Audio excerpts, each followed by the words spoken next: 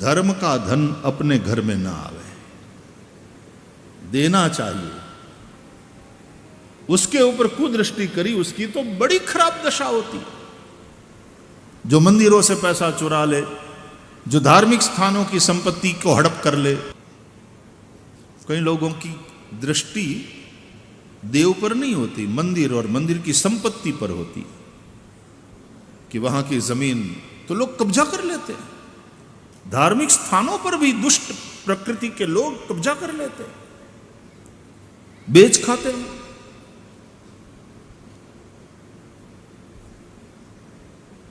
तो उस व्यक्ति का उस जमीन के लिए या तो वहां के स्ट्रक्चर के लिए जो एक लगाव है, आसक्ति है, उसमें कहीं प्रेम नहीं है। वो तो भोगवादी आदमी है। वो भोगों के लिए, अपनी संपत्ति के लिए, पैसों के लिए कोई भी पाप करने के लिए तैयार हो जाता है। धर्म की संपत्ति को भी हड़पते हैं लोग। और उनकी क्या दशा होती है वो श्रीमद् भागवत में 10वें स्कंद में उत्तरार्ध में राजा नृग की कथा से समझो। नृग राजा की कथा आती है भागवत में। यादव कुमार खेल रहे थे और गेंद गिर गई कुएं में।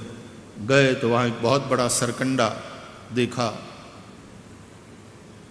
इतने बड़े सरकंडे को बाहर निकालना उन बच्चों की बस की बात नहीं थी। कैसे बाहर निकाला जाए? भगवान से कहा, द्वारकाधीश प्रभु आए, लीला मात्र में इस सरकंडे को बाहर निकाला। वो सरकंडे का रूप छोड़ करके राजा का रूप धारण किया। नृग राजा है। वो अपनी कथा सुनाते हैं कि भाई तुझे सरकंडे का ये शरीर क्यों धारण करना पड़ा?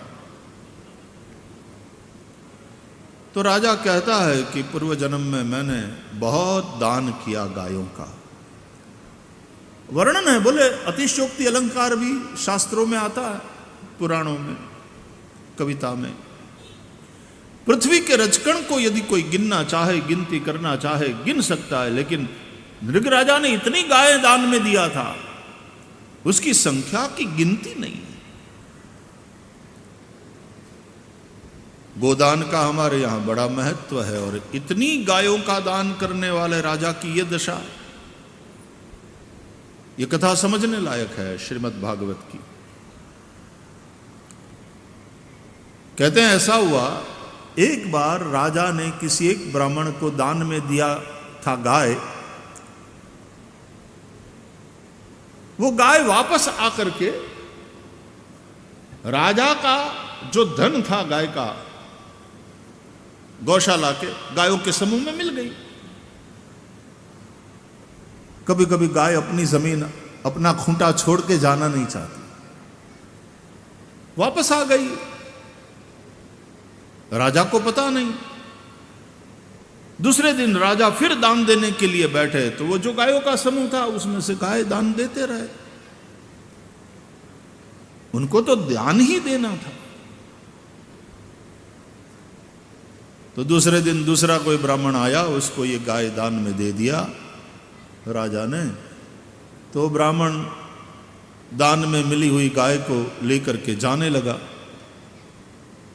तो मार्ग में वो कल वाला ब्राह्मण जिसकी ये गाय खो गई थी, कल ही मिली थी दान में, खो गई थी, वो अपनी गाय को ढूंढता हुआ आ रहा था। उसकी दृष्टि पड़ी और तुरंत उसने कहा कि ये तो मेरी गाय है।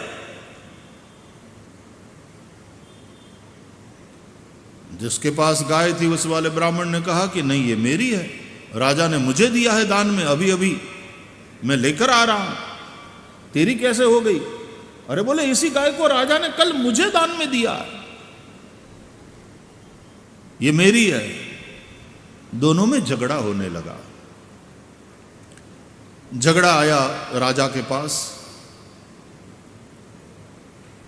दोनों ब्राह्मणों को देखा, देखते ही राजा पहचान गया।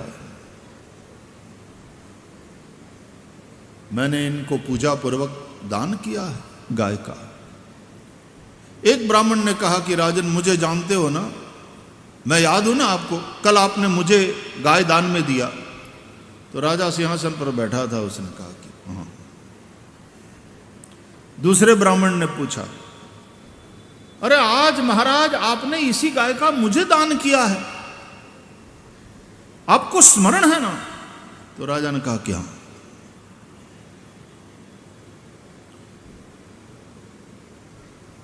अब ये देखिएगा, ये सरकंडे की स्टाइल है। यदि सरकंडे को देखा हो, गांव में जो पले बड़े हैं उन्होंने देखा है, तो यूं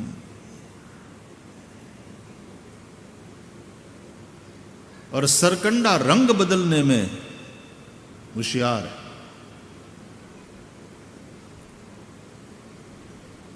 पहले वाले ब्राह्मण ने कहा, तो फिर ये गाय मेरी हुई ना? तो राजा ने कहा कि दूसरे वाले ने कहा कि आपने मुझे दान में दिया है, तो ये गाय मेरी है। हिलाता रहा सिर, लेकिन राजा न्याय नहीं कर पाया ना। राजा ने कहा कि हे भूदेवों, ये बात सत्य, आप दोनों सत्य हो, मुझे नरक में जाने से बचाओ। ये गलती हो गया है कहीं न कहीं हमारी ओर से, किसी एक गाय को मैंने 2 जनों को दान में दे दिया, आप मुझे नरक में जाने से बचाओ। जो ब्राह्मण इस गाय को जाता करेगा, छोड़ने के लिए तैयार है, उसको ऐसी दूसरी हजारों गाय में दान में देने के लिए तैयार हूं। 2 में से कोई ब्राह्मण उसके लिए तैयार नहीं हुआ। नहीं, हमको तो यही चाहिए, इसके बदले में हमको हजारों नहीं चाहिए, हमको अपनी गाय चाहिए। एक ने मुझसे पूछा कि ये ब्राह्मण लोग इतने विचित्र और जिद्दी क्यों होते हैं? अरे इस गाय के बदले 1000 गाय मिल रही थी, ले लेता, 2 में से कोई एक ले लेता। और आजकल के होते तो दोनों तैयार हो जाते, हाँ ठीक है आप लाओ, 1000 लाओ, इसको ले लो। तो फिर नया झगड़ा शुरू हो जाता, नहीं मैं दे दूंगा और 1000 मेरी। दूसरा कहता नहीं, मुझे ऑफर किया है राजा ने, मैं दे देता हूं ये गाय, मेरा अधिकार छोड़ देता हूं, लाओ 1000 गाय। जमाना बदल गया है, लेकिन वहां दोनों में से कोई ब्राह्मण तैयार नहीं हुआ। वो जिद नहीं थी, वो धर्म था। क्योंकि इस गाय के बदले में 1000 गाय लेना इस गाय का विक्रय है, और कोई भी ब्राह्मण वो गो विक्रय वाला पाप करने के लिए तैयार नहीं था। तो तैयार नहीं हुए, राजा न्याय नहीं कर पाया। अनजाने में ब्राह्मण को दे दिया था दान, जो वो गाय वापस आकर के गौशाला में दूसरी गायों के साथ मिल गई, और अनजाने में ही उसी गाय को दूसरे गाय को दान में दे दिया। ये बिल्कुल अनजाने में भूल हुई है, लेकिन उसका परिणाम ये निकला कि राजा को मृत्यु के बाद सरकंडे का योनि मिला, वो जन्म मिला। अनजाने में हुआ ये। आज भगवान का स्पर्श हुआ और वो राजा पाप से मुक्त होकर, दोष से मुक्त होकर, और फिर अपने पुण्यों को भोगने के लिए, नहीं कल्याण कृत कश्चित दुर्गतिम तात गच्छति, कहीं न कहीं तो पुण्य बचाते ही हैं। आज प्रभु की कृपा से वह शाप मुक्त होकर के अपना पुण्य भोगने के लिए गया।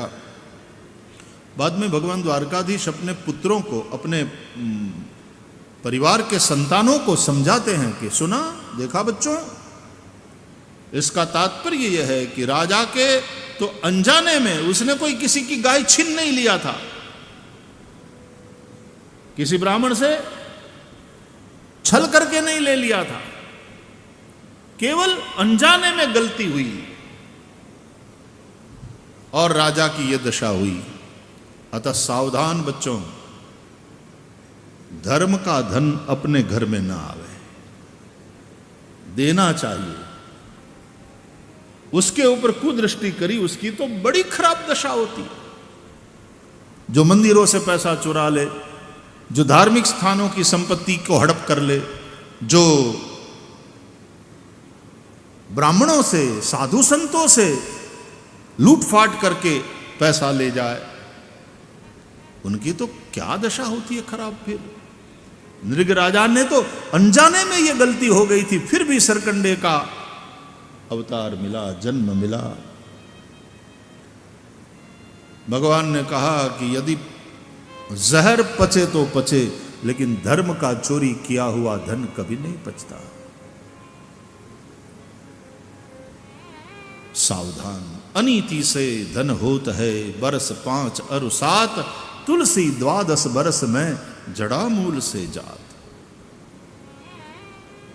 शरीर तो यहीं छूट जाता है, यहीं पड़ा रहता है, लेकिन कभी कभी इहलोक में, इसी जन्म में, और इस जन्म में नहीं तो परलोक में उसका दंड अवश्य मिलता है, मिलता है, मिलता है, भोगना ही पड़ता है। अवश्यमेव भोक्तव्यम कृतम कर्म शुभाशुभम।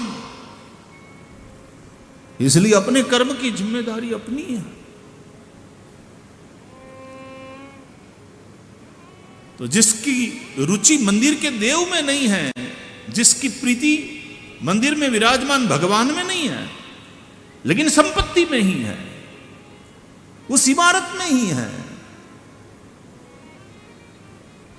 उसी प्रकार आत्मा में जिसकी कोई रुचि नहीं, देह में ही आकर्षण है जिसका, देह को ही सब कुछ मानता है, देही को नहीं पूछता, देही की ओर ध्यान नहीं है, देह में ही आसक्ति। तुलसीदास जी की भी आसक्ति थी बड़ी अपनी पत्नी में,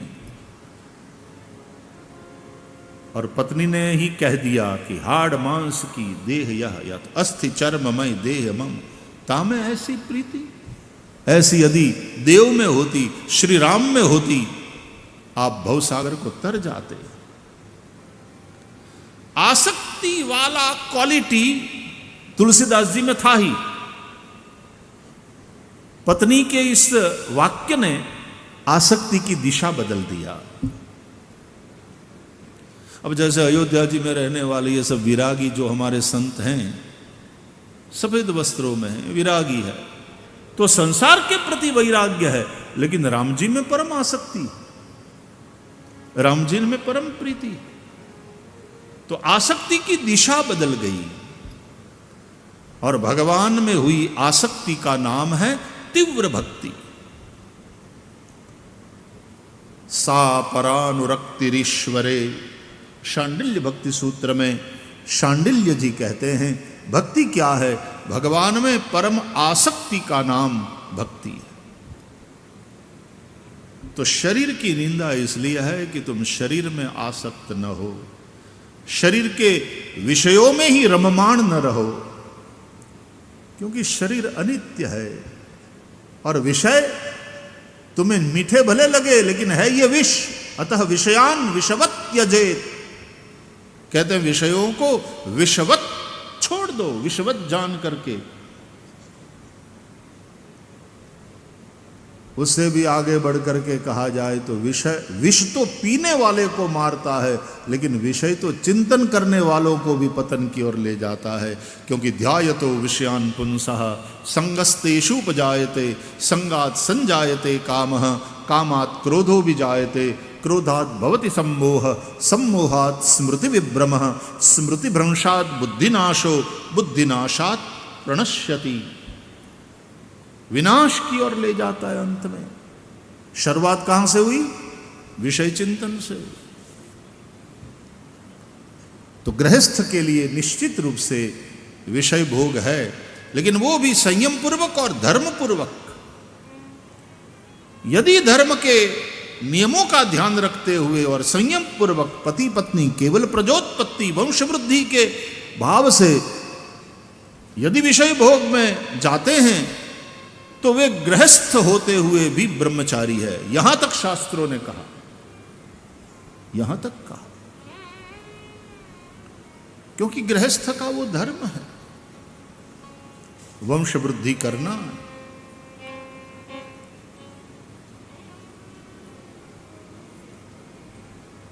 तो शरीर की निंदा भी है, उसका प्रयोजन कुछ और है। बाकी तो मानव शरीर उसकी प्रशंसा भी है।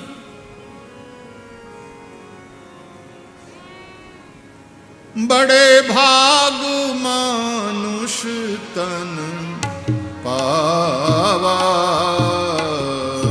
बड़े भाग मानुष तन पावा। अकल्याण करने वाला, नरक में ले जाने वाला बेटा यदि पैदा होता है तो लोग कहते हैं पता नहीं कौन पाप का ये फल मिला कि ऐसा बेटा हुआ। हमारे तो भाग फूट गए। लेकिन मानव शरीर, बड़े भाग मानुष तन पावा, बड़े भाग मानुष तन पावा। सुर दुर्लभ सब ग्रंथ निगावा,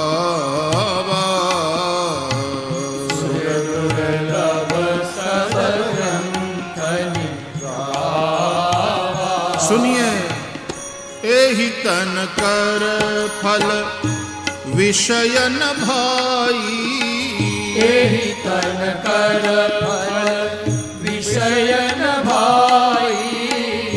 स्वर्ग स्वल्प अंत दुखदाई, स्वर्ग स्वल्प अंत दुखदाई।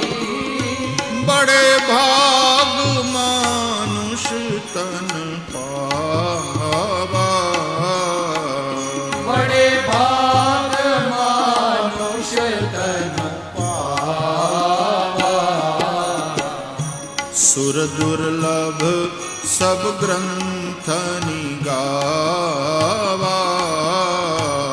सुर दुर्लभ सब ग्रंथ निगावा। सदग्रंथों में वर्णन है कि देवों को भी दुर्लभ ऐसा यह मनुष्य शरीर। श्रीमद् भागवत कहता है दुर्लभो मानुषो देहो देहिनाम क्षण भंगुरः तत्रापि दुर्लभम मन्ये वैकुंठ प्रिय दर्शनम। यदि राम बस जाए देह की अयोध्या में, राम राजा बन जाए,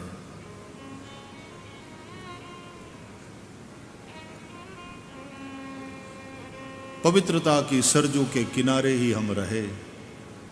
पावन सरजू नीर, सरजू पावन है, सरजू का नीर पावन है। उसी में हम निमज्जन करें, राम का ध्यान करें और राम के नाम का जप करें, जैसा कि अवधवासी करते हैं, अवध में रहने वाले साधु संत साधक करते हैं। राम राम राम सीताराम सीताराम सीताराम सीताराम सीताराम सीताराम सीताराम जय सीताराम।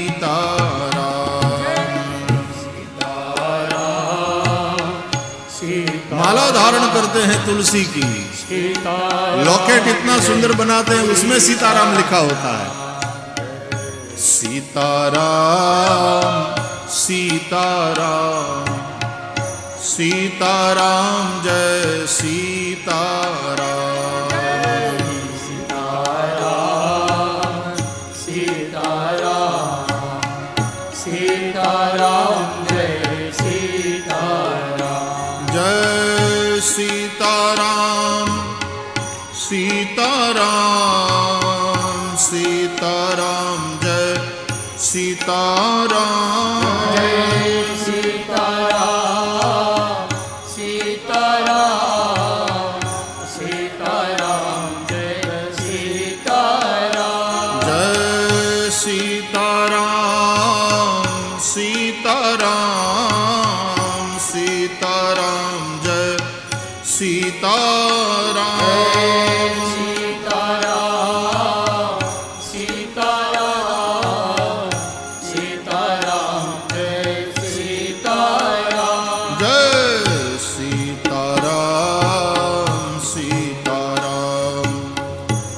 सीताराम जय सीताराम। सीताराम सीताराम सीताराम जय सीताराम। जय सीताराम सीताराम सीताराम जय सीताराम। जय सीताराम सीताराम सीताराम जय सीताराम। जय सीताराम सीताराम सीताराम जय सीताराम। जय सीताराम सीताराम सीताराम जय सीताराम। जय सीताराम सीताराम सीताराम जय सीताराम।